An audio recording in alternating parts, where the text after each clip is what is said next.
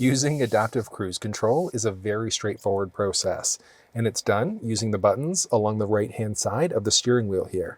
So you could toggle the system on by pushing the button this way, and when you do, you're going to get a little message inside of the cluster screen and the head-up display letting you know that it's toggled on.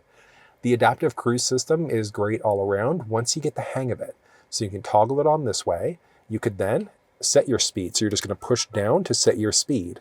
And then once you've got your speed set, you could increase or decrease 1 kilometer, 1 mile per hour at a time by switching up and down this way. And then you could do a button push and hold up or button push and hold down to get you to the nearest 5 or 0. So if you're at, let's say, 37 kilometers an hour, push and hold up, it'll bring you to 40, 45, 50, etc. Push and hold down, it'll bring you to 35, 30, 25, etc. You can hit the brake to pause, you can hit cancel to pause, and then you can push up in order to resume your previously set speed. There's also a distance indicator here, so it's how close or far are you away from the vehicle that's in front of you. You can see as you toggle it on or off, or I should say adjust the level there, you've got 4 unique levels. I want you to think of that one like a 1 Mississippi, 2 Mississippi type of a rule. I find on residential streets, level 1 is fine. But on highways and interstates, you might be more comfortable at level 3 or level 2. It's going to be a matter of personal preference. I tend to find, for the most part, I always go with level 1 on highways, interstates, and residential streets, but that's a matter of preference. And then if you push and hold the gap adjustment button for 1 to 2 seconds, that's also going to put you into a traditional cruise control instead.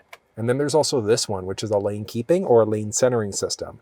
So it's not full hands-free driving inside of the Accord, but with these systems turned on, you can have the vehicle adjust your speed.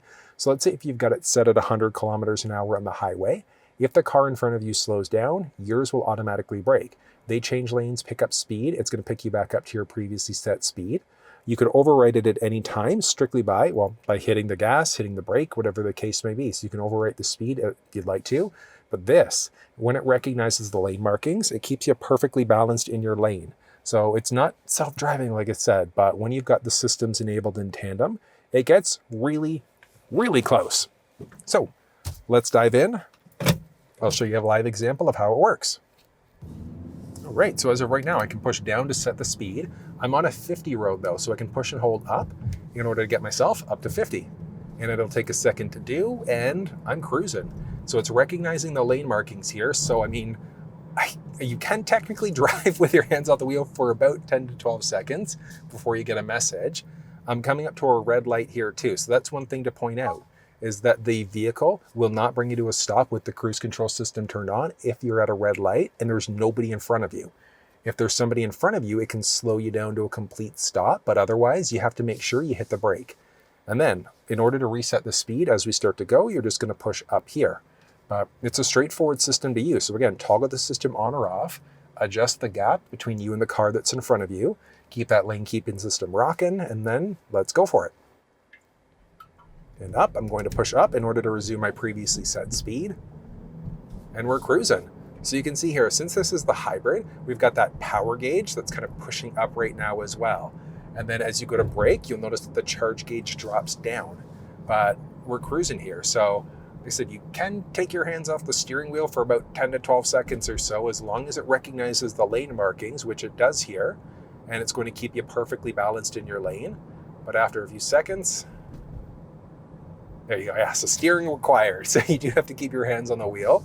There's a car stopped in front of me at this red light, so I'm just going to do a larger gap adjustment so you can see. And it's braking for me. So my feet are off the brake, feet are off the gas. The car is doing everything for me. You can adjust these things on the fly as well. So coming down to a full and complete stop. It does have stop and go capabilities, but if you're stopped for a longer period of time, you're going to have to push resume in order to keep it going. So we push back up again to resume, and it's resuming our previously set speed. Now, since this is the hybrid, what you're going to notice at times, what are you doing, you clown?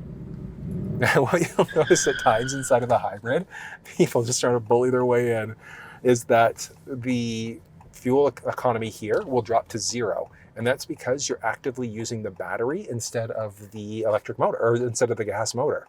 So I'm hitting the gas, I'm going uphill, so it's going to use the regular gas engine.